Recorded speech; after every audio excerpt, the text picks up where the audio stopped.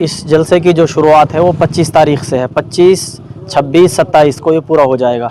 और सबसे बड़ी इस जलसे में जो ख़ास बात है, अहम बात है, वो ये है कि हज़रत जी मौलाना साद साहब आलमी तबलीगी अमीर मौलाना साद साहब ख़ुद इसमें बज़ात ख़ुद शरीक रहेंगे और लोगों को संबोधित करेंगे, लोगों को इस्लाम का, दीन का पैगाम पहुँचाएँगे।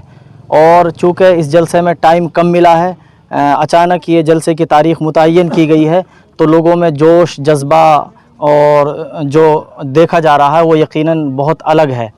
और लोगों की तैयारियां उरूज पर हैं।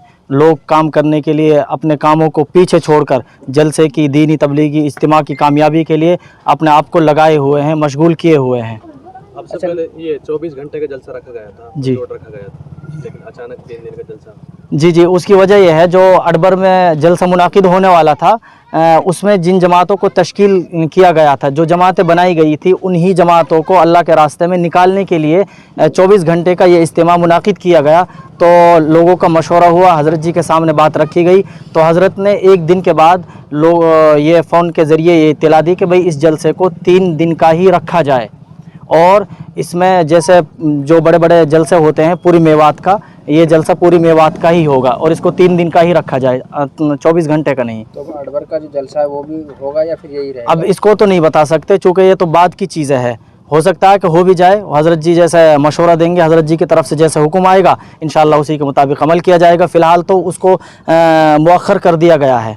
किस तरह की तैयारियां हैं, क्या उम्मीद है, कितनी भीड़? जी, तकरीबन देखो अंदाज़ा लगा सकते हैं लोग, जैसे लोगों में जोश है, जज्बा है और एक शौक़ है, बल्कि पूरा इलाका, कल आवाज़ दी गई कि भाई 3 दिन का जलसा किया जा रहा है, तो लोग बहुत बड़ी तादाद में मदरसे पे इकट्ठा हो गए और अपनी अपनी जो ज़िम्मेदारियाँ थी उनको लेने के लिए, किसी को टेंट की ज़िम्मेदारी दी गई, किसी को बल्लियाँ, बांस बल्लियाँ, किसी को पार्किंग की बहरहाल अलग अलग लोगों को अलग अलग ज़िम्मेदारियाँ दी गई और लोगों ने बखुशी कबूल किया।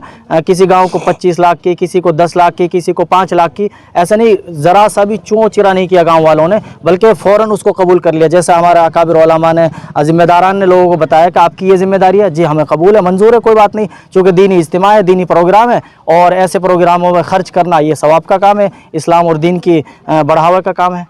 जलसे को लेकर जो पिंडाल लगाया जाएगा, कितनी जगह में पिंडाल होगा और कहाँ पार्किंग होगी और कौन से रास्ते में? जी, देखो जलसा जहाँ मुनाकिद होगा वो है तिरवाड़ा और नई के दरमियान का जो रास्ता है, एक सड़क जाती है, सिंगल रोड है, उसके दरमियान में जो खेत हैं उन सड़क के आसपास के खेतों में होगा।